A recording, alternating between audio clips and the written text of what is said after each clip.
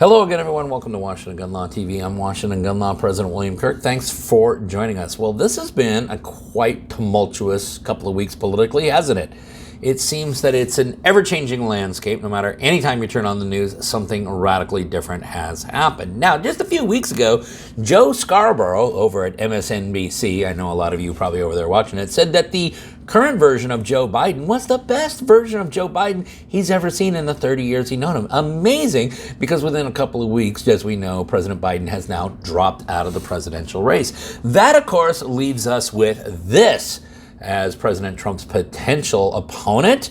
And it appears that the Democratic Party has used the most undemocratic process to handpick their successor. But it has a lot of us wondering, what if she won? How bad would it be? Well, we're going to answer that question for you today. So today, let's spend a few minutes and let's talk about, so how bad is she on gun control?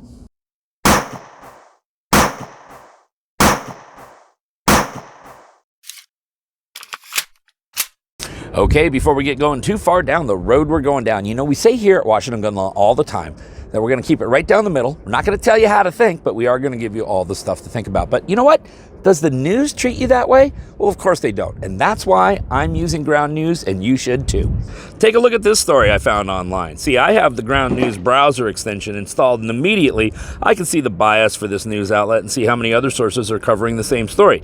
By clicking full coverage, we can see the total number of sources covering the story, the bias distribution of each source, who owns them, which is interesting because these are all factors that can influence bias and framing. Let me show you. If you scroll down, I can see every article covering this story, and immediately this headline from the left and this one from the right, well, they kind of stand out.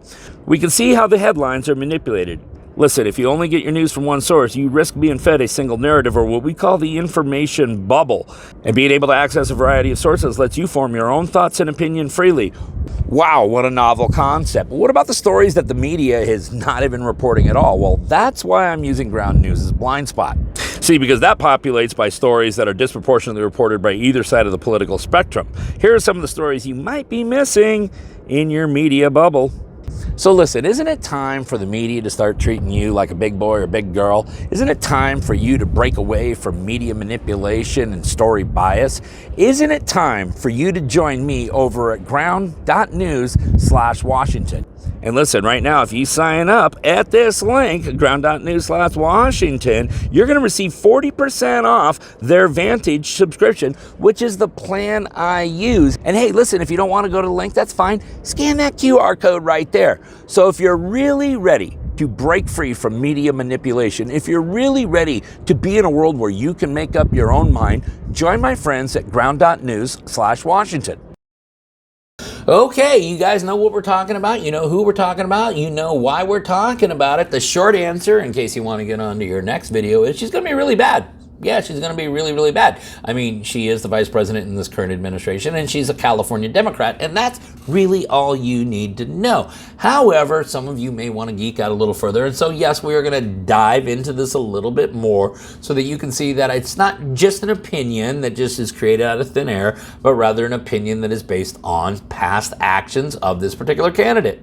Now, as we know, Vice President Harris got out there for her first campaign speech, and although I don't get too worked up or worried about campaign speeches because they are full of a bunch of empty promises, I do live by the motto that you never get a second chance to make a first impression. And if you are a fan of one's inalienable Second Amendment rights, you will not be too impressed with some of the things that she said, including describing her campaign and staff as "we who believe in the freedom to live safe from gun violence." And then also in the same speech, Vice President Harris stated, "That's why we will work to pass universal background checks, red flag laws, and an assault weapon ban." Now, that should come as a shock nor a concern to any of you, because the current president has also said the same things for the nearly 3.7 years that he's been in the White House and has not yet accomplished any of it. And as we also know, Vice President Harris was, of course, appointed border czar, so her ability to accomplish anything or complete any task is also questionable. But let us remember back in 2020 when she was running for president and accumulating absolutely zero delegates, She actually ran to the left of President Biden on Second Amendment issues. I know many of you did not think that that was possible, but yes, current Vice President Harris ran considerably more to the left than the current president. Now, like President Biden, Vice President Harris at that time, candidate Harris, was incredibly critical of the United States Supreme Court, particularly of their ruling in District of Columbia v. Heller, where, as you know, the Supreme Court announced once and for all that the Second Amendment actually guarantees an individual's right to possession of a firearm. Now, while President Biden and now Vice President Harris were both very critical of that decision while on the campaign trail, let us remember that Vice President Harris was at that one time Attorney General Harris of the state of California and actually signed on to an amicus brief which said that the Second Amendment did not support an individual right to keep and bear arms. Now, let us also remember during the 2020 campaign that President Biden and Kamala Harris were both huge proponents of mandatory gun buybacks, but let us remember that Kamala Harris went one step further, stating that she would actually mandate and force the sale back of these particular firearms. But the biggest difference between Kamala Harris and Joe Biden, and it's indicative of this whole new generation of progressivism, is their willingness to abuse executive power. Now, even though Joe Biden has unleashed the ATF now on 4 separate occasions with rulemaking orders, thus once again demonstrating that he's more than willing to abuse executive power, let us remember that during the 2020 campaign, Kamala Harris stated the following: "Upon being elected, I will give the United States Congress 100 days to get their act together and have the courage to pass reasonable gun safety laws. If they fail to do it, then I will take executive action." But that wasn't just a one-off comment, because then there was this tweet right here where she doubled down on it. "Assault weapons are weapons of war. They are designed to kill a lot of people quickly. There is no reason they should exist on the streets of a civil society. As president, I'll take executive action to ban imports of AR-15 style assault weapons." Now, her willingness and her salivation over the ability to pass executive orders a la Michelle Lujan Grisham and just basically do away with your inalienable rights through executive order actually caught the attention of then candidate Joe Biden, who was incredibly critical of Kamala Harris. He was quoted as saying, "You have no constitutional authority to issue that executive order, the ones they're talking about. I'm going to eliminate assault weapons. Can't do it by executive order any more than Trump can do things he's saying he can do by executive order."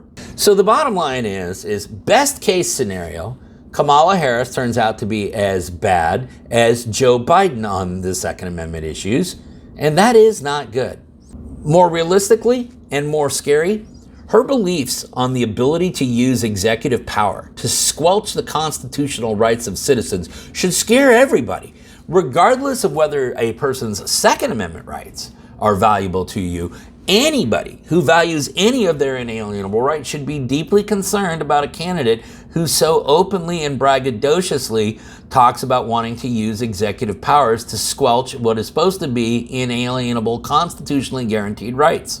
And then finally, most troubling is perhaps this, is that while Kamala Harris is out there talking about how she wants to take your guns, nobody over on the Republican side is really talking about fighting to allow you to keep your rights. Let us remember that basically the Second Amendment has been dropped almost altogether from this year's Republican Party platform. Let us also remember that not one single Second Amendment advocate was on the program for any day of the Republican National Convention. Let us also remember that despite the fact that he was on the stage for more than 2 hours, President Trump never once mentioned the Second Amendment at any time during that speech. Now listen, I'm not going to get into horse race journalism and start predicting who's going to win this race. But America, if Kamala Harris does become your next president and you value your Second Amendment rights, well, we may be in for one hell of a fight. Listen, if you have any other questions about this or anything else related to what's left of our Second Amendment rights, you guys should know how to get a hold of Washington gun law by now. But if you don't, that's okay. That information is down there in the description box. Maybe you got an idea for a video we should be doing here. If you do, go ahead and click on that link right there.